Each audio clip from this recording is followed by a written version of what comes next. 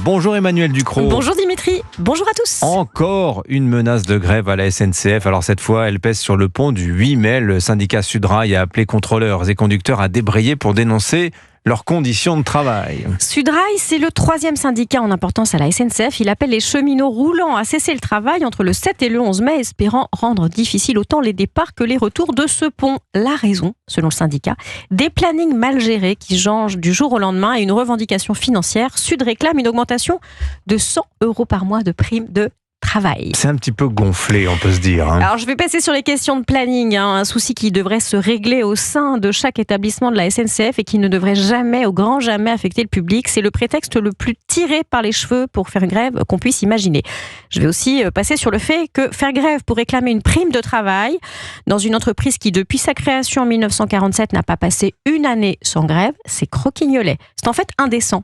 Les cheminots ont obtenu en moyenne 6% d'augmentation en 2023, 4,6% en 2024, plus les primes de JO de 100 € par jour travaillé. Et encore 2,2% en moyenne en 2025. Tout ça, ça fait beaucoup plus que compenser l'inflation. C'est vraiment gonflé.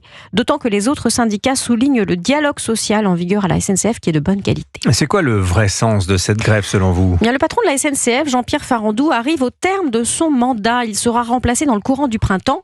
Sudrail est simplement en train de montrer ses muscles, de lancer un avertissement au patron à venir dont on ne connaît même pas encore le nom. Voilà ce qui justifie de compliquer la vie de millions de Français. C'est pas très responsable, non ?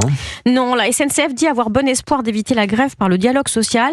Effectivement, une grève à la SNCF, c'est dommageable et ça l'est de plus en plus. D'abord, parce que la SNCF est maintenant une société qui a de la concurrence sur les rails. Pour l'heure, sur l'axe Paris-Lyon-Milan avec Trenitalia, la société italienne, sur Lyon-Barcelone, sur Marseille-Madrid par la Renfe, la compagnie espagnole. Et c'est vraiment tentant d'aller voir ailleurs si on planifie un voyage et qu'on n'est pas sûr que les trains de la SNCF partiront.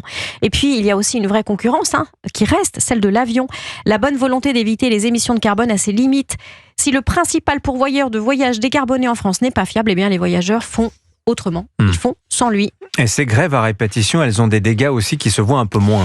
Oui, les grèves récurrentes de la SNCF n'affectent pas que les voyageurs. Elles affectent aussi les capacités de l'entreprise à investir dans le réseau, par exemple. Il en a pourtant bien besoin. Elles affectent aussi le fret ferroviaire pour lequel la France est très en retard par rapport à ses voisins. Alors que c'est un levier très important pour réduire la facture carbone du transport qui est très lourde. Des trains pas fiables, ce sont des clients qui préfèrent les camions. Les grèves à répétition les dissuadent de changer leurs pratiques. Mais quelle importance cela peut-il avoir face au terrible problème de planning du syndicat Sudrail ? Signature Europe 1, Emmanuel Ducrot. Merci beaucoup Emmanuel. Il est 8h.